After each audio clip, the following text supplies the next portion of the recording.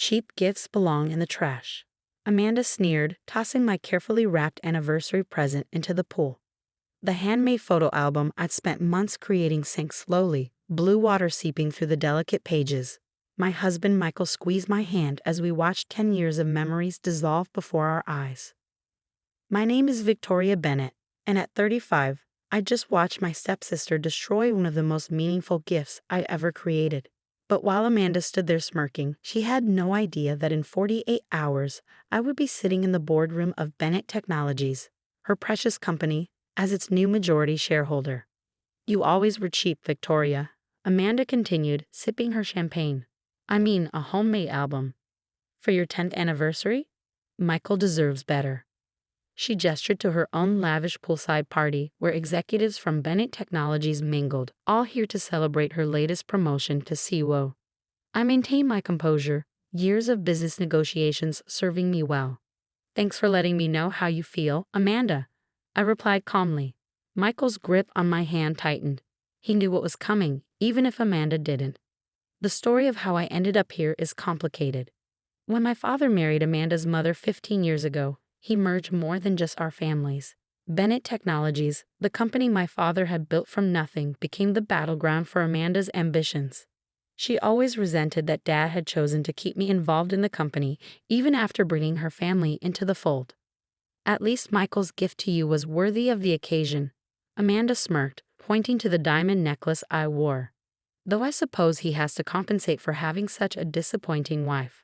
I touched the necklace gently, remembering the morning Michael had given it to me. The best gifts come from the heart, Amanda, something you've never understood. She laughed, the sound sharp and dismissive. The heart doesn't pay bills, Victoria. Success requires ruthlessness. That's why I'm COO, and you're still playing with paper and glue. What Amanda didn't know was that while she'd been climbing the corporate ladder through office politics and manipulation, I'd been quietly building my own investment portfolio. Every time she belittled me at family gatherings, I'd channel that energy into strategic business moves.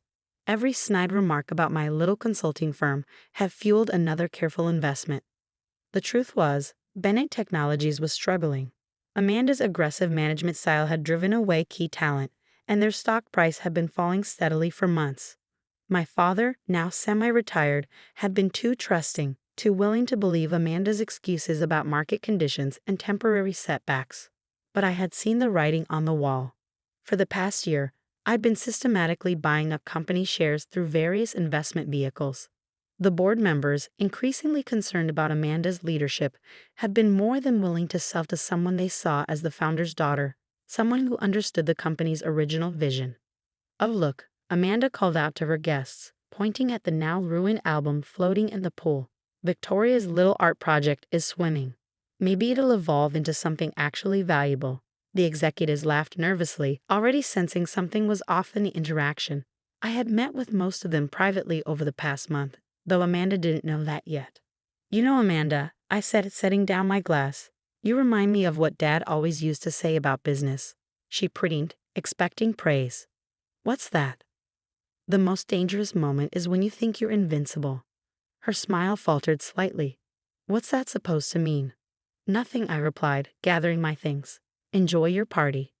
I have some paperwork to finish before Monday's board meeting. Board meeting? Amanda's voice had lost some of its edge. What board meeting? I paused, looking back at her. Oh, you didn't know? There's an emergency session to discuss the company's future leadership. I'm sure you'll get the memo soon.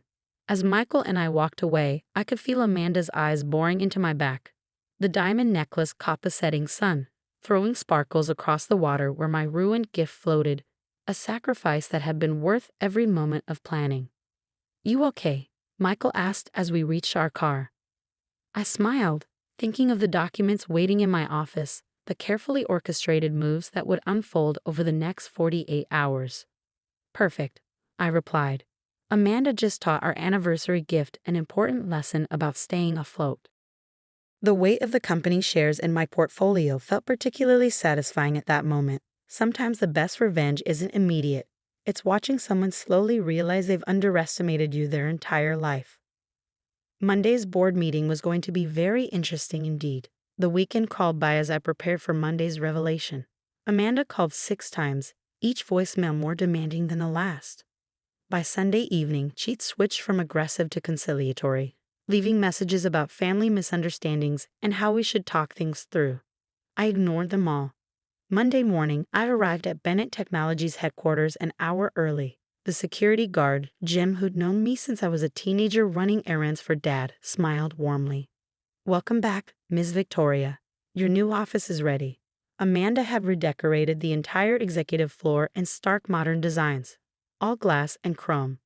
But she left Dad's old office untouched, using it as a storage room, probably thinking it was a power move to relegate the founder's space to storing office supplies. She had no idea I'd spent the last week quietly restoring it. At 8:45 a.m., board members began arriving. Each one nodded to me with varying degrees of knowing looks. They'd all seen the numbers, watched Amanda's reckless decisions, and secretly supported my careful acquisition of shares. Mr. Peterson, the longest-serving board member, actually winked as he passed. At 8:55, Amanda burst through the doors, her designer heels clicking aggressively against the marble floor. She stopped short when she saw me sitting in Dad's old chair at the head of the boardroom table. "What are you doing in that seat?" she demanded, her face flushing. "That's reserved for C-level executives." I smiled, sliding a folder across the polished table. "Exactly." Before she could respond, the board members filed in, taking their seats. Amanda stood frozen, watching as her usual seat was occupied by Michael, who now represented his own investment firm's significant stake in the company. "Please take a seat, Amanda," I said, gesturing to one of the remaining chairs. "We have a lot to cover." "This is ridiculous," she sputtered, remaining standing. "I'm the COO. I demand to know what's going on." Mr. Peterson cleared his throat. "Ms. Bennett, Victoria, would you like to begin?" I opened my folder, distributing copies of the documents inside.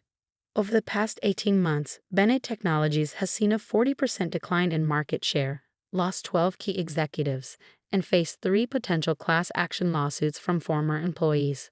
Amanda's face went pale as she finally sank into a chair. "Furthermore," I continued, "recent financial audits have revealed concerning patterns of resource allocation and questionable decision-making at the executive level." "You can't prove anything," Amanda interrupted, but her voice lacked conviction. I pulled out another document. "Actually, I can. This report details every mismanaged project, every alienated client, and every questionable expense charged to the company, including, ironically, last weekend's pool party." The board members murmured, flipping through their copies. Amanda's hands began to shake. "But the most significant change," I said, standing up, "is the company's ownership structure.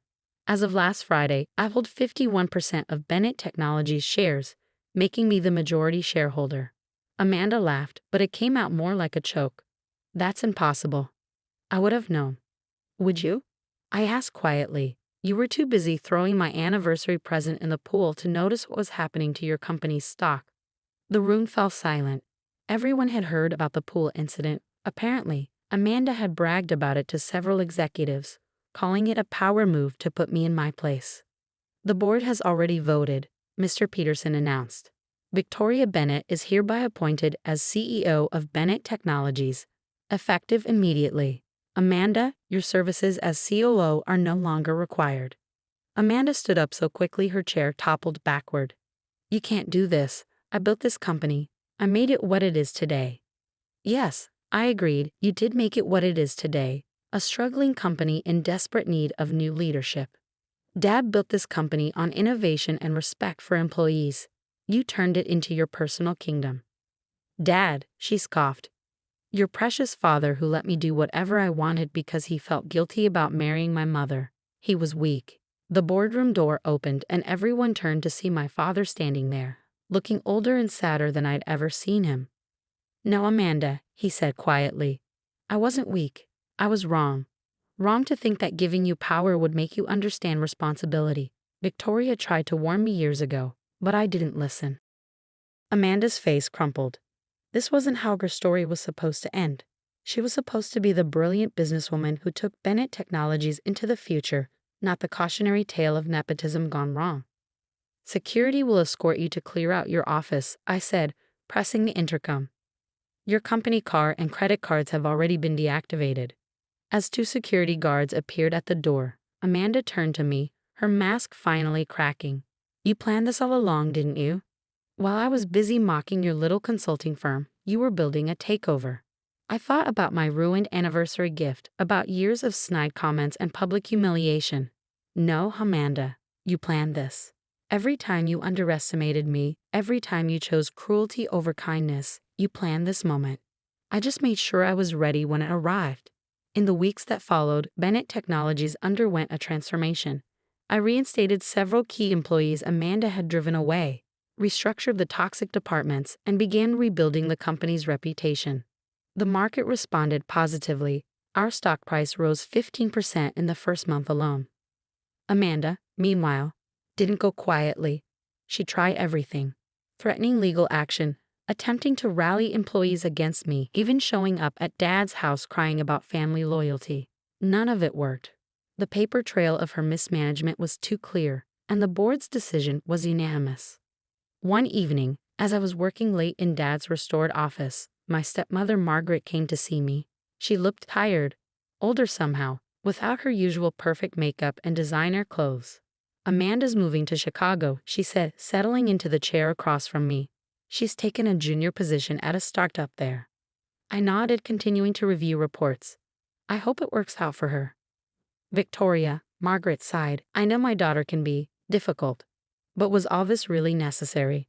I put down my pen and looked at her directly. "You remember what Amanda said when she threw my anniversary present in the pool? She said cheap gifts belong in the trash. But that album wasn't cheap, it was valuable. It represented 10 years of memories, of love, of moments that mattered. She destroyed it because she could, because she thought power meant never having to respect others' feelings." Margaret looked away, unable to meet my eyes. "The company was the same way," I continued. "She treated it like her personal playground, destroying things because she could, hurting people because she enjoyed it. Someone had to stop her." "And that someone had to be you?" Margaret asked quietly. I smiled, touching the photo on my desk, a new anniversary picture of Michael and me, taken the day after I became CEO. "Yes, because I understood what she never did. True power isn't about destroying things. It's about building them, protecting them, making them better." Margaret stood to leave, then paused at the door. "She kept the pieces, you know, of your album. Had them fish out of the pool after everyone left. They're in a box in her apartment. I think she knew, even then, that she'd gone too far." After she left, I sat in the growing darkness of my office, thinking about choices and consequences. The company was thriving now, employees were happier, and our future looked bright. But success wasn't just about profits and stock prices, it was about creating something meaningful, something that would last. I opened my drawer and pulled out a familiar package, a new anniversary album I'd been working on. This one included photos from the pool party, the board meeting, and my first day as CEO. Michael had insisted we document everything, saying sometimes the best stories include the hard parts too. On the last page, I'd written a quote from Dad's original business plan: "Success isn't measured by what you gain, but by what you give back." Amanda never understood that. She saw the company as something to take from, not something to nurture and grow. As I closed the album, my phone buzzed with a text from Michael. "Dinner tonight to celebrate 1 month of CEO Victoria." I smiled, gathering my things. The office could wait. Some gifts, like time of loved ones, were too precious to waste. After all, I had a company to run, but more importantly, I had a life to live. And this time, no one was going to throw it in the pool.